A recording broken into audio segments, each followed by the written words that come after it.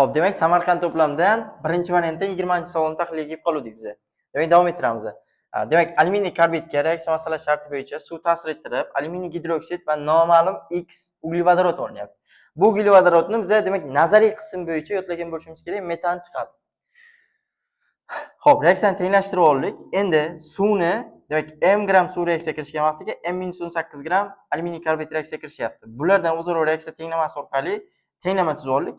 216 m minus 3888 teng 144 m. M teng 54. 20-masala sharti bo'yicha aynan m ni qiymati so'ralyapti. Xo'p, 21-masalaga o'tib oladigan bo'lsak. Xo'p, shartini qo'llaylik. Noma'lum alkan va etilen aralashmasining 0 gradus Selsiy va 1,12 atom bosimda 1,88 gram taqsim litrga teng ekan. Zichligi. Aralashmani, demak, kalipermanga bundan biz o'rtacha aniqlovsak bo'ladi. Aralashma kalipermanganatning suvli eritmasi orqali o'tkazilganda hosil bo'lgan organik moddaga natriy metal ta'sir ettirilgan. Avvalo qaysi biri o'tadi bizda? Ya'ni o'sha kalipermanganatning suvli eritmasi orqali albatta faqatgina alken reaksiyaga kirisha oladi. Alkanlar kalipermanganatning suvli eritmasini akslantirmaydi, o'tmaydi. Xo'p, demak, aralashma kalipermanganatning suvli eritmasi orqali o'tkazildi. Undan hosil bo'lgan diol, ya'ni diol hosil bo'ladi deb bu yerda. Natriy metal bilan ta'sirlashganda hosil bo'lgan gazni miqdori dastlabki alkan miqdoridan 1,5 yuqori deyapti. Endi ishlaymiz masalan. Bizda norm 0 gradus Selsiy degan, albatta biz bu Mendeleyev Clapeyron bo'yicha hisoblashda har doim kelvinga o'tkazib olishimiz kerak haroratni. Demak, 273 kelvin bo'ldi. Atom 1,2 atom berilgan, 1,88 ishlik formuladan foydalanib, demak, m teng ρRT taqsim p, ya'ni bosim. Shundan foydalanib o'rtachasini aniqlab olamiz. Demak, shu ikkita moddani alkan va alken. Xo'p, o'rtachasi 37,6 chiqdi. Demak, etenni, ya'ni etilenni molyar massasi 28. Hozircha biz alkanni massasini bilmaymiz, shuning uchun x deb olib turadigan bo'lsak, o'rtachasini bilib olaylik, 37,6. O'rtachaga qo'yilayotgan son har doim esingizdan chiqarmang. Demak, 37,6 bo'lyapti bu yerda. Bitta sondan katta bo'lish kerak. Mana ko'rib turibsiz, 28 dan katta. Xo'p, ikkinchi sondan kichik bo'lish kerak. Har doim shunaqa. Tushunarli? Har doim o'rtacha qo'yilayotgan son bittasidan katta, bittasidan kichik bo'lish kerak. Endi 37,6 dan 28 dan ayirsak 9,6 mol, x minus 37,6 demak etilenga to'g'ri kelayotgan mol bo'lyapti. Molida, mol nisbat kelib chiqadi-ku bu yerda o'rtachada. Xo'p, endi etilenni sirasi reaksiya tenglamasiga yozib yubordim. Kalipermanganatni bilmasangiz aytaveraman o'zaki, kalipermanganatning suvli eritmasi alkenlarga ta'sir ettirilgan vaqtiga, demak, masalan C2H4 plus kalipermanganat plus suv, bu yerda chiqadi kaliy gidroksid, C2H4 OH dan ikkita, ya'ni diol va demak marganiz 4 oksid qo'ng'irayni cho'kmasi chiqadi. Lekin bizda hozir faqat diol kerak bu qismda. Mana diolni oldik. 3 ga 3 nisbat, ya'ni 1 ga 1 bo'ladi. Shuning x minus 37,6 mol kirishsa, baribir mana bu qismda ham x minus 37,6 chiqib keladi bizga. Xo'p, unga yana 6 mol natriy ta'sir ettirsak, bu yerdan baribir ham x minus 37,6 mol nima? Vodorod, ya'ni gaz ajraladi. Bizda masala sharti bo'yicha aytilishi bo'yicha, ya'ni hosil bo'lgan gazning hajmi dastlabki alkanning miqdoridan 1,5 marta kam. Mana dastlabki alkanning miqdori qancha chiqdi? 9,6. Uni x minus 37,6, ya'ni vodorodni hosil bo'lgan gazning miqdoriga bo'lsak, 1,5 kelib chiqish kerak ekanda. X ni qiymatini aniqlovsak, bizda 44 gram taqsim mol. Ya'ni demak o'sha C3H8 bizga to'g'ri keladigan alkan propan. Qaysi javobga to'g'ri kelyapti endi bu? C javobga to'g'ri kelayotgan ekan. Demak, 21-savolga javob C. 22-savol, demak, glyukozani bijg'ish reaksiyasi berilyapti. Yuqorida glyukozaning bijg'ish reaksiyasidan biri berilgan bo'lib, endi har xil bijg'ishi mumkin, misol uchun spirtli yoki moy kislotali bijg'ishi mumkin, to'g'rimi? Vaziyatga qarab shundan topib olishimiz kerak ekan, qaysi bijg'igan hozir bu yerda. Shunaqa sut kislotali bijg'ishi mumkin. Xo'p, berilgan bo'lib, ushbu reaksiyada hosil bo'lgan moddalar uchun o'rinli fikrlarni toping deyilyapti. Xo'p, X molekulasi tarkibida avvalo qaraymiz, 3 ta modda chiqyapti. 3 ta modda qaysidan chiqardi bizda? Bizda 3 ta modda moy kislotali bijg'iganda chiqardi. Mana ko'rib turibsiz. Demak, C4H8O2 bu yig'ma formulasini yozib oldim. Birdaniga, demak, yo'q, sut kislotasi bu, vodorod va 2 molekula karbonat angidrid chiqardi. Bular o'zaro reaksiya qilish glyukoza demak moy kislotali bijg'igan vaqtiga 2 molekula karbon dioksid va 2 molekula vodorod. Demak, shundan xulosa chiqarib olsak, bizda Z modda mana masala shartiga qarasak Z, X, Y berib qo'yibdi. Ko'rib tursak, Z modda hosil bo'lgan va unga natriy qo'shsam vodorod chiqyapti. Men buni aynan Zligini qayerdan bilib oldim desam, faqatgina bu moddalar orasida natriy bilan ta'sirlashtiradigan bor, masalan karbon dioksid ham ta'sirlashadi, lekin mana bu moddalardan yana bu o'sha ta'sir natriy bilan mana shu 3 ta chiqayotgan organik moddalardan qaysidir ta'sirlashib ichidagi mana shular ichidagi Y modda hosil qilsin deyapti. Mana qarang, 3 ta organik modda hosil bo'lyapti va ulardan birorta Zga natriy ta'sir ettirganimizda yana Y modda hosil bo'lishi kerak. O'sha uchun biz buni tanlab oldik. Mana natriy qo'shadigan bo'lsak, mana bu qismga natriy birikib qolib turib, vodorod chiqib ketadi. Bu vodorod Y moddaligini shu yerdan bilib olsak bo'ladi. Bu Z, bu Y o'z-o'zidan X ga nima qoladi? Karbonat angidrid qoladi. Endi shulardan o'rinli fikrlarni aniqlab chiqamiz. Xo'p, javobdan ketaveravering. C javob bo'lgan 2, 3, 5. Va ikkinchi savolga qaraydigan bo'lsak, Y magniy bilan birikkish reaksiyaga kirishadi. Albatta, magniy gidridni hosil qiladi, ya'ni vodorodda. 3. Z molekulasi hosil bo'lishida uglerodning bitta gibridlanmagan orbital qatnashadi. Mana. Demak, gibridlanishda bizda pi bog' ishtirok etmasdi, to'g'rimi? Mana bu pi bog' bitta gibridlanmagan orbital ishtirok etyapti. Qolgan hammasi gibridlangan. To'liq. Faqatgina pi bog' gibridlanmaydi. Gibridlanishda ishtirok etmaydi. Vodorodlar ham ishtirok etmaydi. Endi bizda uglerod deyilyapti-da, masalan, shart bo'yicha. Xo'p, 2, 3, 5. Reaksiyadan hosil bo'lgan gazlar aralashmasining o'rtacha molekyular massasi 23 gram taqsim molga teng. Mana 2 mol karbon dioksid hosil bo'lyapti va 2 mol vodorod hosil bo'lyapti. O'rtachasini oladigan bo'lsak, haqiqatan ham 23. 22-savolimizga javob C javobga to'g'ri keldi. 23-savol 0.4 mol, 0.4 mol demak tolol berilyapti. Benzol va siklogeksandan iborat aralashmani gidrogenlash uchun 1.8 gram vodorod sarflandi va sikloalkanlar aralashmasi olindi. Demak, to'liq gidrogenlanganda, chunki sikloalkan olinyapti-ku. Agar dastlabki aralashmadagi gomoliklar 2 ga 1 mol nisbatda bo'lsa, undagi siklogeksanning massasini aniqlaymiz. Endi dastlabki aralashmadagi siklogeksanning massasi so'ralyapti. Endi biza to'liq gidrogenlaydigan bo'lsak, tolol formasi mana bu benzol berilgan va bizga siklogeksan berilgan. Siklogeksan o'zini holda o'tib oladi, chunki bu to'yingan uglevodorod hisoblanadi. Shuning uchun o'zi o'tib oladi.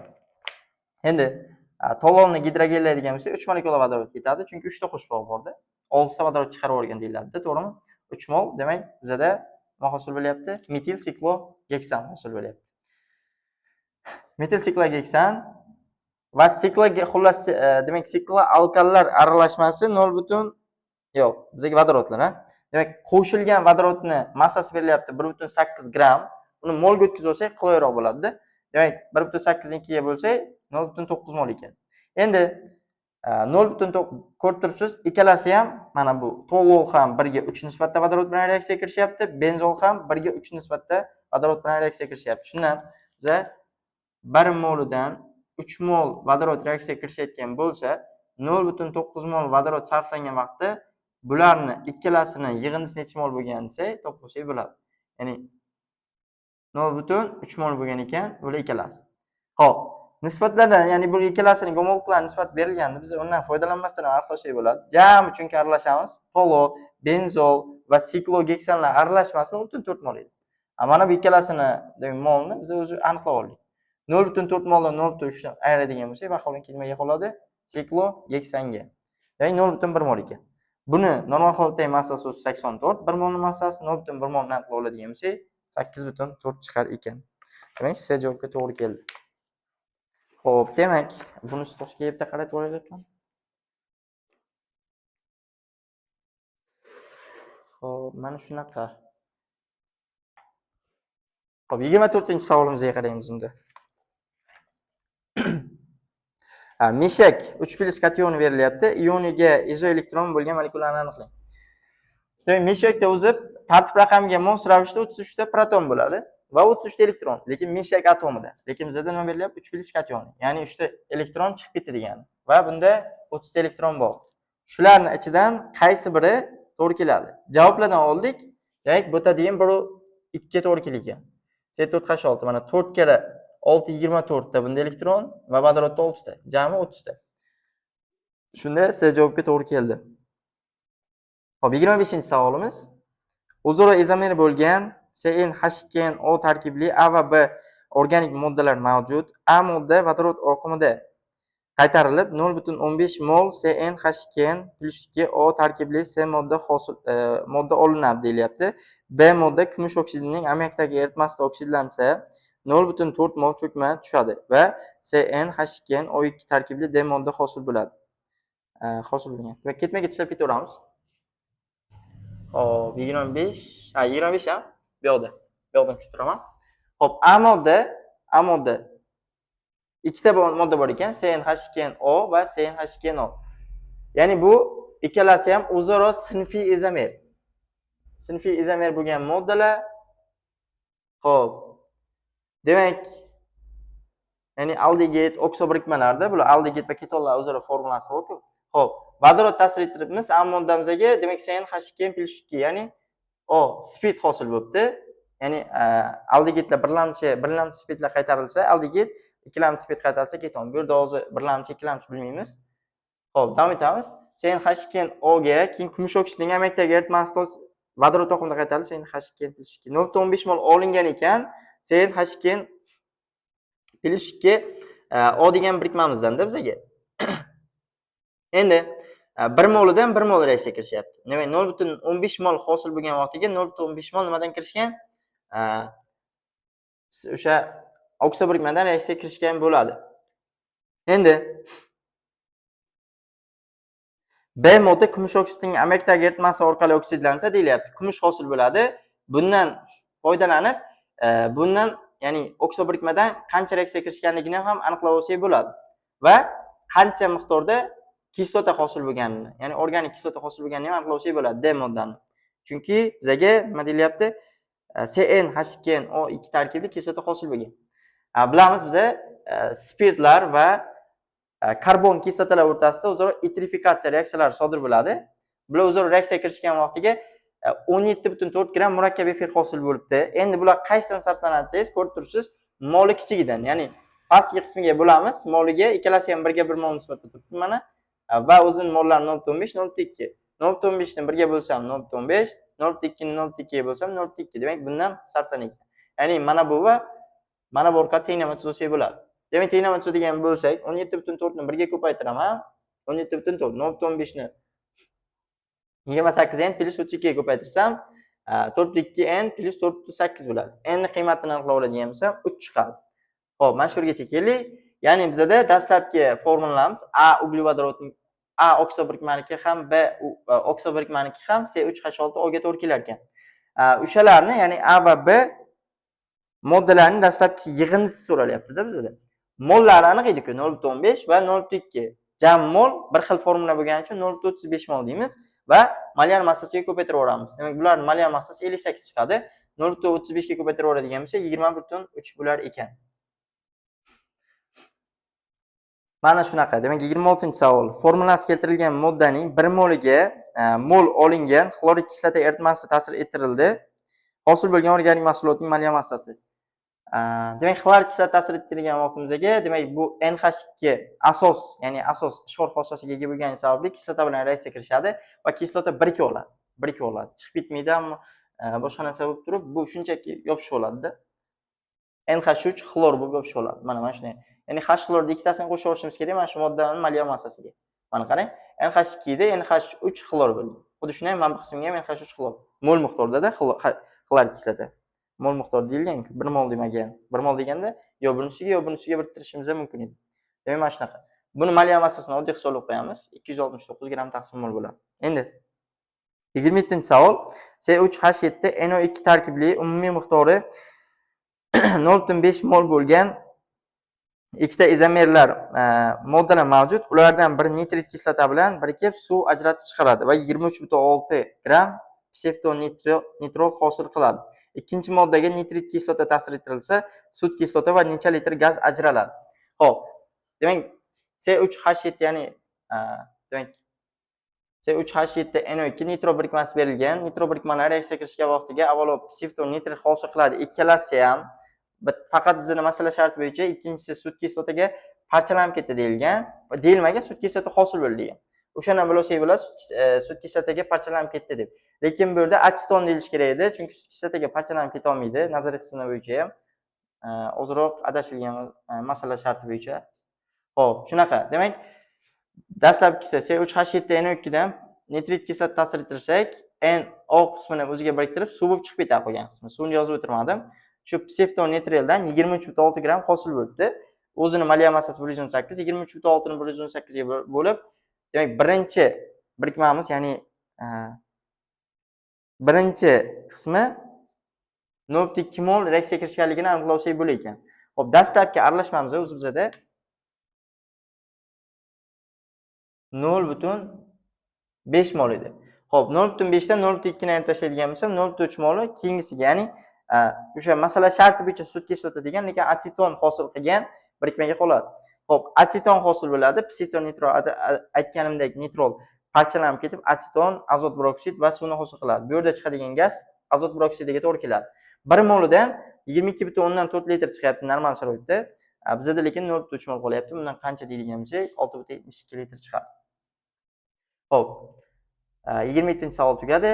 28-savolimizga qaraydigan bo'lsak, 1 mol, demak, selluloza berilyapti. Trinitro selluloza olish uchun necha mol kerak? Mana trinitro 1 mol uchun reaksiyani, demak, to'liq mana bu 3 ta qismi uchun ham mana 3 ta NO2 birikish kerak.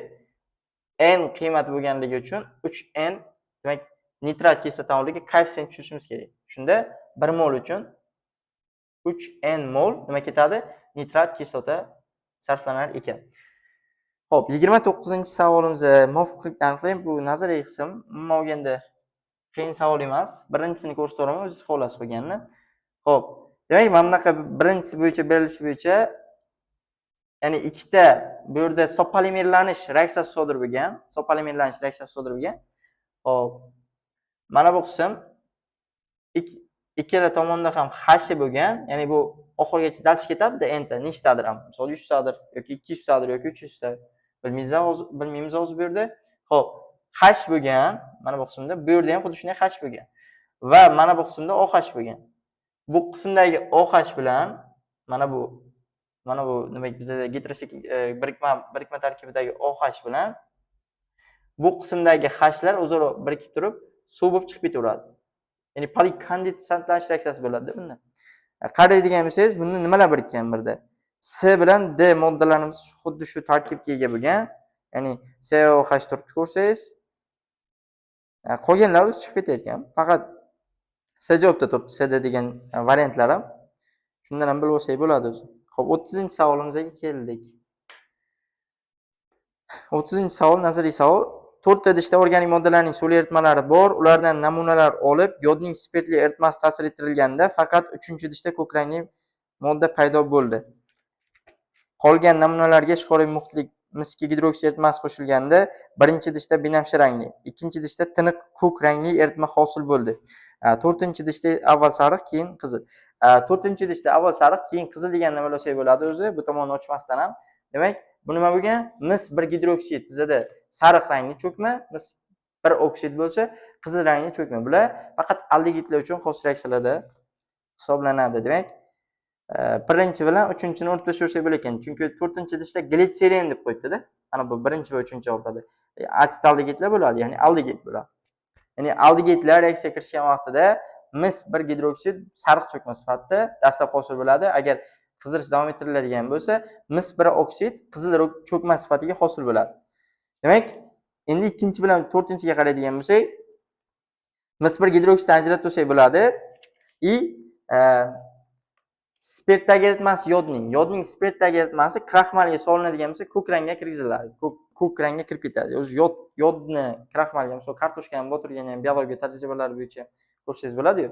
Kimyoda ham bu ma'lumotlar bor albatta. Abdusamatov kitoblarida masalan. Xo'p. Demak, mis 1 gidroksid, mis 2 gidroksid qo'shilganda qolgan namunalarga ishqoriy muxli mis 2 gidroksid eritmasi qo'shilgan. Birinchi idishda nima uchun binafsha rangi biorit reaksiyasi sodir bo'lyapti? Biorit reaksiyasi bo'yicha, demak, binafsha rangli yoki ko'k rangli yoki qizil rangli hosil bo'lishi mumkin-da. Masalan, hammasi o'ziga xos nimalari bor, yozib qo'ysangiz bo'ladi. dipeptidlar biorit reaksiyasi, ya'ni ishqoriy muxli moddalar qo'shiladigan bo'lsa, nima bo'ladi? Ko'k rangga kiradi. Binafsha rangga kiradiganlar bular tripeptidlar bo'ladi. Dipeptid ko'k rangga, tripeptidlar binafsha rangga, demak polipeptid ya'ni yuqori peptidlar o'sha qizil rangga kirib ketadi biorit reaksiyalarida. 30-savol shunaqa edi. 31-savol reaksiya tenglamasi bo'yicha keltirilgan jarayon X va Y, Z moddalar to'g'risida to'g'ri fikrni aniqlang deyilyapti. Bizga yog'ning gidrolizlanishi berilyapti ishqoriy muhitda. Bilamiz, bunda sovun hosil bo'ladi, natriyli birikmalar mana. Endi buni sanab chiqasiz. Mana bu chiziqchalarda har bittasida uglerod bo'ldi. Sanab chiqqan vaqtimizga birinchisida demak C15H31, ikkinchisi C17H33, C20H33. Bunda siz masalan o'ylashingiz mumkin, umuman olganda yog'larni o'sha qo'shbog' bo'lmasa, tarkibida qo'shbog' ushlamasa, demak to'yingan uglevodorodlar deyiladi, to'yingan yog'lar deyiladi va ular qattiq agregat holatda deyishingiz mumkin va shunga qarab javoblardan qattiq yog'lar yoki suyuq yog'larni o'shanga qarab ajrataman deyishingiz mumkin, lekin nazariy qism bo'yicha nima? Natriyli birikmalar 9-sinf anorganik kimyo bo'yicha ham ajratib olsangiz bo'ladi. Demak, natriy bilan hosil qilganlari o'sha karbon yuqori molekulyar karbon kislotalarining natriy bilan hosil qilgan birikmalari, demak, bizda nima bo'ladi? Qattiq yog'larga to'g'ri keladi. Qattiq yog'larga to'g'ri keladi. Qattiq sovunlarga. Xo'p, kechirasiz, qattiq sovunlarga to'g'ri keladi. Qarasangiz mana bularni misol uchun C15H31 to'yingan, C17H33 to'yinmagan, chunki 35 ta bo'lishi kerak. Bu yerda bitta qo'shboqcha berib qo'yibdi, shuning uchun 33 ta. C20H33 ga 4 ta qo'shboq bergani uchun 8 ta vodorodni ayirib tashlaydi bu yerda. Xo'p, to'yingan to'yinmagan qaramaysiz. Natriy bilan hosil qilgan yuqori molekulyar, demak, karbon kislotalar qattiq sovun hosil qiladi. Suyuq sovun qachon hosil bo'ladi? Yuqori o'sha demak, molekulyar karbon kislotalar bilan hosil qilgan kaliyli tuzlarda. Kaliyli tuzlar ular demak suyuq sovunlar hosil qiladi. Mana shuni ajratib olsak bo'ladi. Xo'p, demak, birinchisiga qattiq sovun. Xo'p, javoblar ko'raylik. 3, 4, 5 bo'lgan. X, Y va Z larning barchasi qattiq sovun hisoblanadi. To'g'ri, mana shu narsani o'zi izohlab o'tdim. 4. Yuqoridagi jarayonni tezlashtirish uchun ba'zan spirtli muhitda ham olib boriladi. To'g'ri. Xo'p, nazariy qism bo'yicha bu ham Z molekulasini hosil qilishda uglerodning 10 ta gibridlanmagan orbitali qatnashgan. Demak, bizda mana Z uglerodning 10 ta gibridlanmagan orbitali qatnashgan. Nima uchun 10 ta? O'zi karbon kislotani tarkibida mana ko'rib turibsiz. Demak, pi bog'lar bor ikkita. Demak, bitta pi bog' bor, bitta pi bog'. Qo'shboqlar hisobiga ham nechta kelyapti? 8 ta kelyapti. Buni tarkibida o'zi ikkita bor. Qo'shboqlar hisobiga yana 8 ta kelyapti. Jami 10 ta gibridlanmagan orbitallar bo'lyapti. Xo'p, mana shunaqa. Xo'sh, 32-savol. 32-savol yozmabmiz. 32-savol ham mana shu yerda yozib olsak bo'laveradi. Xo'p, ushbu rasmda X moddaning laboratoriyada sharoitda olinishi ko'rsatilgan deyilgan. Marganis to'rtoksimizga demak 32-savol. Marganis to'rtoksiga H xlor ta'sir etadigan bo'lsak, demak, marganis 2 xlorid xlor gaz sifatida chiqadi va suv ajraladi. Ko'rib turibsiz, X modda gaz sifatida olinyapti, bu xlor. Demak, 32-savolga javob B. Xo'p, yechimlarni davom ettiramiz. E'tiboringiz uchun rahmat.